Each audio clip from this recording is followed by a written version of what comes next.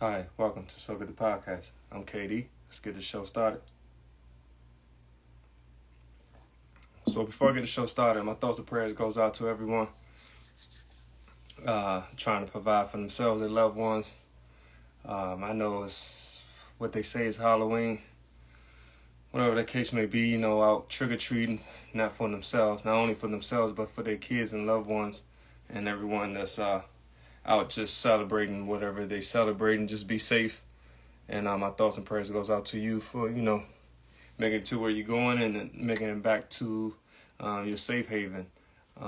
Every week, every hour, every second, every minute, every week, there's something going on in the world today.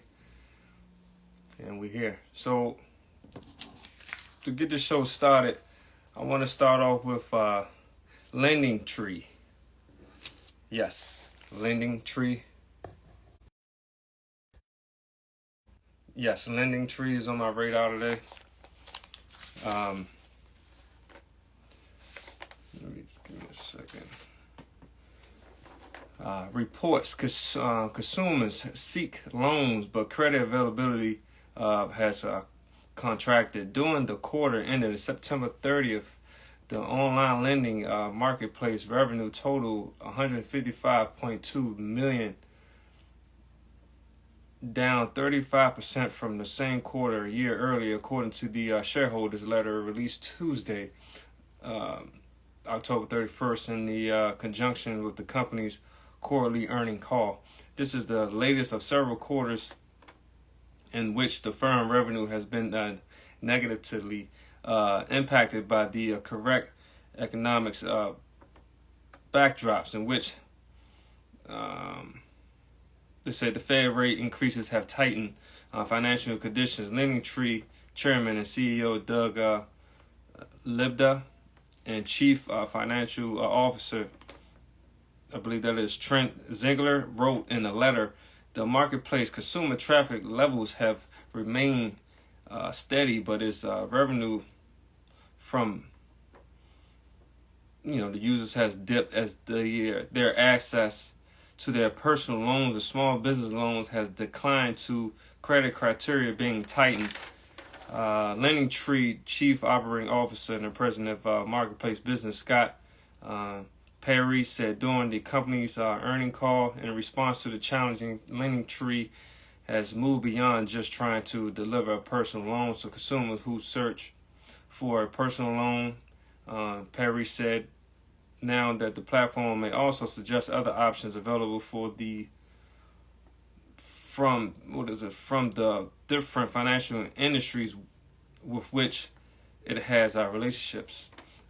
This is a statement by him. We're not shifting to move of a solution based. We're now shifting to move a solution based model where, if you're looking for a personal loan, we're going to try to get you a personal loan. But maybe a home equity loan is a better option. Perry said during the call, maybe you can't get a personal loan, but you can get a credit card. Maybe you're a debt relief candidate. If you owe a car, maybe you can get a cash out on your car loan, etc. Looking ahead, Lending Tree lowered its revenue outlook for full year 2023 to a range of $670 million to $680 million from the prior range of the $680 million to $700 million, according to Tuesday press release.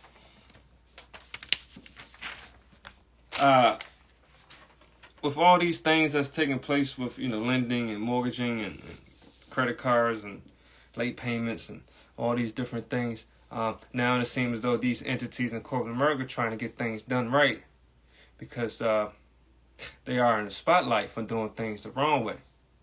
So it makes sense for them to do what's right. If people looking to get help with, like they said, loans and paying this off and possibly open up this account, and if you're not going to give them that particular benefit or perks, they are open to giving you this, suggesting other things. That's good. Just don't deny them. Okay, moving forward. Um, brokers. Yes, brokers are on my radar. Federal jury verdict on broker fees rocks real estate industry. Jury in Kansas City on Tuesday found that the National Association Realtors and some of the largest real estate brokers in the country guilty of to inflate real estate commissions. The verdict is a major shakeup to the U.S. real estate market and could change how Americans purchase homes, or or pay for brokers' fees. The jury, after around 2 weeks of the testimony from the plaintiffs and the defendants, ordered the NAR and Real Estate Franchises, Home Services of America, and Keller Williams to pay $1.78 billion in damages to sellers of more than 260 homes in Missouri, Kansas, Illinois. The plaintiffs in the case. And the case is just one class action lawsuit against the defendants, and the guilty verdict, if upheld, could spawn new legal actions in other states. Representatives for the NAR and Home Services of America said they plan to appeal the verdict, while a spokesman for Keller Williams said that the company will consider appealing, of course. At the heart of the lawsuit is broker commission, or the fees paid by home sellers to brokers for executing transactions or providing other services like scheduling property, showing which are generally factor into the listing price of a home. The rule requires sellers to include a fee offer to the buyer's agent when listing a home. The fee offer is visible to the buyer's agent, but prospective buyer usually do not get access to them. Real estate agent generally must become members of the NAR, one of the largest, I believe that says, trade association in the U.S., to gain access to most local real estate database. The rule, they argue, requires sellers to pay inflated commission rates at closing, potentially by tens of billions of dollars annually. Americans paid over $85 billion in residential real estate commissions in 2020, according to the Department of Justice, which previously investigated that the NAR for violations of antitrust law. After news of the jury decision broke, real estate stock dropped on Tuesday, particularly those for online real estate companies like Redfin. Zillow shares dropped over 7% at one point, while Open Door stock fell about 9%, by over 9%. When the lawsuit was originally filed in 2019, it included every realtor and Remax as the defendant, but they are agreed to scale back their relationship with the NAR and pay a total of $139 million in damages as part of a statement. The judge overseeing the case still has to issue a final judgment in the case, which could alter or even ban the cooperative compensation ruling nationally. Depending on the judgment, it could mean that home sellers would not be responsible for paying the commission of both the listing and buyer brokers. Once again, people are tired of extra money and or funds being allocated to people who say, their reasoning for pay them that or pay them this, and it's turning around on them. It's being frowned upon. Not doing the right thing in corporate America with these business practice, and every day, every hour, every week, every second, there's always something coming across my radar that's coming out contingent to how the people were affected, and it's about that time to for the people to get what's due, what's right. All they looking for is just a service and a product that that really works, and they don't have to worry about, anything extra coming out. So moving forward, that's on my radar. Now this one is not really too much of a, I don't want to say bad thing, but they just on my radar, and I leave it up to the people to see how they feel. Give me a second. Ooh. Hello everyone. Check the hats just came in. Check out the merch at the So Gifted store on this platform. This thing's always being added to the store. It's always something being added to the store. So check it out. Maybe you might see something for yourself and for your loved ones. Maybe for these holiday season, you might want to get something for them from the actual company store. And definitely enjoy yourself. At checkout, definitely the product is definitely good. Texture's good. The manufacturer did their job. And the store's looking to add more products in it. So just give it a check. Check it out.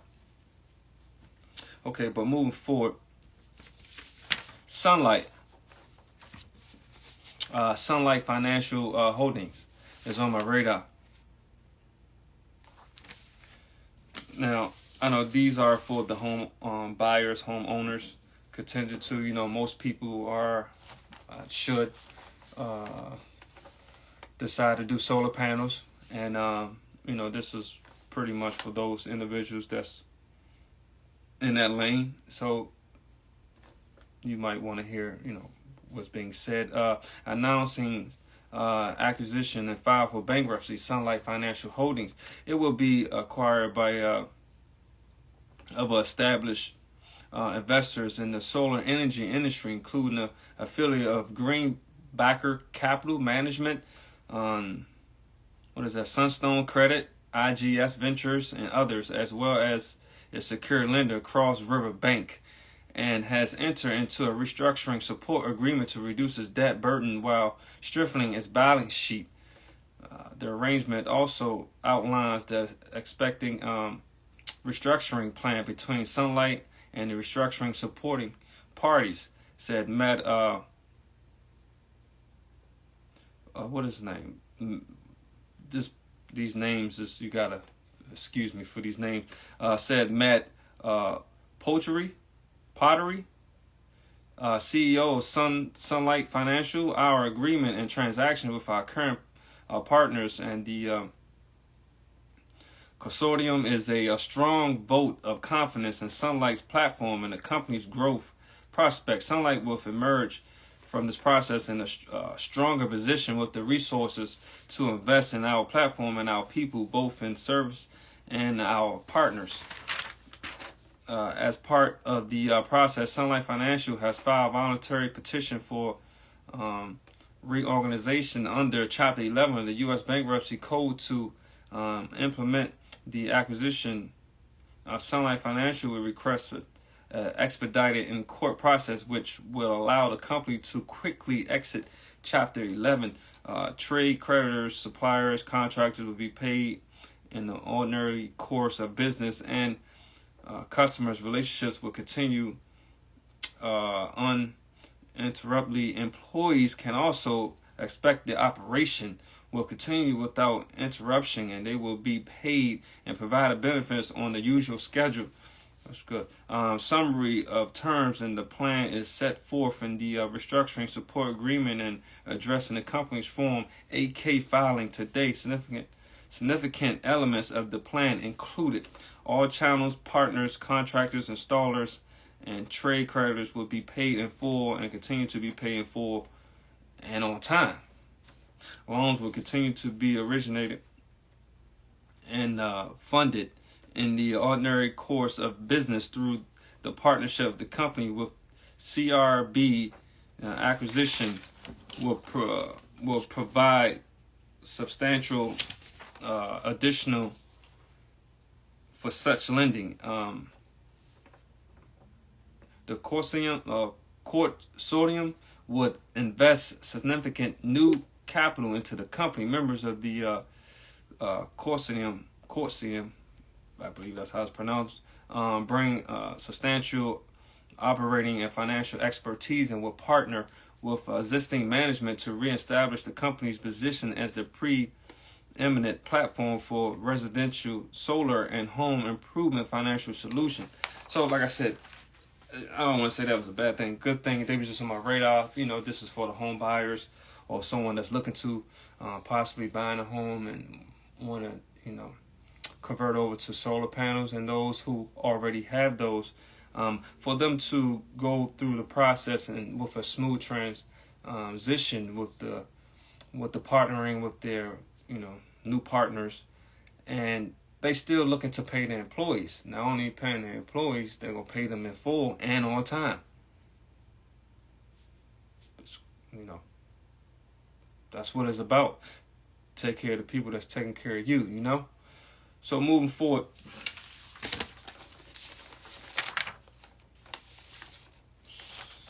another one that's on my radar. Blue Cross Blue Shield.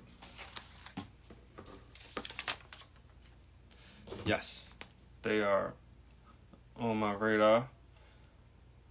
I am going to... Give me a second. The Federal Appeal Court upheld a $2.7 billion Blue Cross Blue Shield antitrust settlement. The 11th Circuit Court has affirmed a nearly $2.7 billion antitrust settlement involving Blue Cross Blue Shield insurers. This decision outlined in a PDF opinion released earlier this week upholds a ruling from the Alabama District Court in 2022. The ruling clears that the path for the distribution of these funds will also bring an end to a protracted legal battle arising from a class action lawsuit. This lawsuit alleged that major Blue Cross Blue Shield plans had engaged in territorial allocations to avoid competition per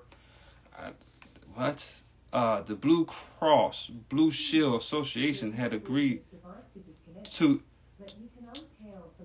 the settlement back in 2020, and other party followed suit.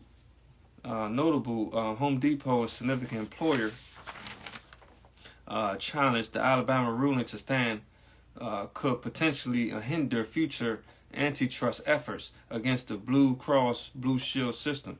However, the court ultimately disagreed with Home Depot's concern. It's classified that although the settlement includes a release preventing future class action claims against Blue Cross plans, it does not obstruct the federal government from pursuing antitrust action against a Blue Cross plan.